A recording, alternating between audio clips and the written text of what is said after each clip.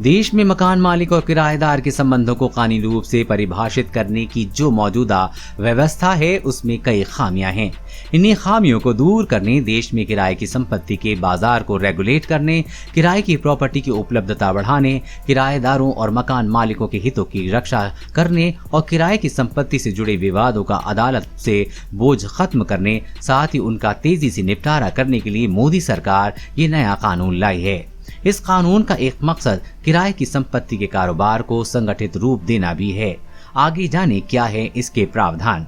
नया कानून मकान मालिक और किराएदार के बीच किसी विवाद की स्थिति में तेजी से निपटारे की व्यवस्था करता है। विवाद की स्थिति में पहले दोनों में से कोई पक्ष रेंट अथॉरिटी के पास जा सकते हैं। अगर दोनों में से कोई भी पक्ष रेंट अथॉरिटी के फैसले से नाखुश है तो वो राहत के लिए रेंट कोर्ट या ट्रिब्यूनल में अपील कर सकता है। हर राज्य में इसके लिए रेंट ट्रिब्यूनल बनाए जाएंगे। अक्सर देखा गया है कि किराएदार और मकान मालिक के बीच विवाद की स्थिति के में मामला कई साल तक चलता रहता है। नया टेनेंसी कानून इस समस्या का स्थायी समाधान करता है।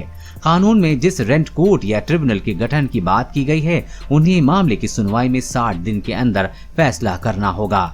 इतना ही नहीं, कानून स्पष्ट करता है कि रेंट कोर्ट या ट्रिब्यूनल बनने के बाद ऐसे मामले दीवानी अदालत के अधिकार क्षेत्र में नहीं आएंगे, यानी कि अब विवाद का निपटारा 60 दिन में संभव होगा। नया किराएदार कानून मकान मालिकों को मकान पर कब्जा हो जाने के डर से आजाद करता है। कानून में प्रावधान है कि यदि मकान मालिक अग्रीमेंट के मुताबिक किराएदार को पहले से नोटिस वगैरह देता है तो किराएदार को अग्रीमेंट समाप्त होने की स्थिति में जगह को खाली करना होगा। ऐसा नहीं करने पर मकान मालिक अगले 2 महीने के लिए किराया 2 गुना और उसके बाद 4 गुना तक बढ़ा सकता है। मॉडल किराएदार कानून के मकान मालिक को एक और सेफगार्ड दिया गया है। यदि किराएदार लगातार 2 महीने किराया नहीं देता है तो मकान मालिक अपनी जगह खाली कराने के लिए रेंट कोर्ट जा सकता है। इतना ही नहीं, कानून किराएदारों को मकान मालिक की मर्जी के बिना किसी और व्यक्ति को प्रॉपर्टी का कुछ हिस्सा या पूरा हिस्सा फिर से किराए पर देने यानी कि सबलेट करने से रोकता है। कोरोना वायरस और कोरोना वैक्सीन से जुड़ी हर खबर पाने के लिए चैनल को सब्सक्राइब करें।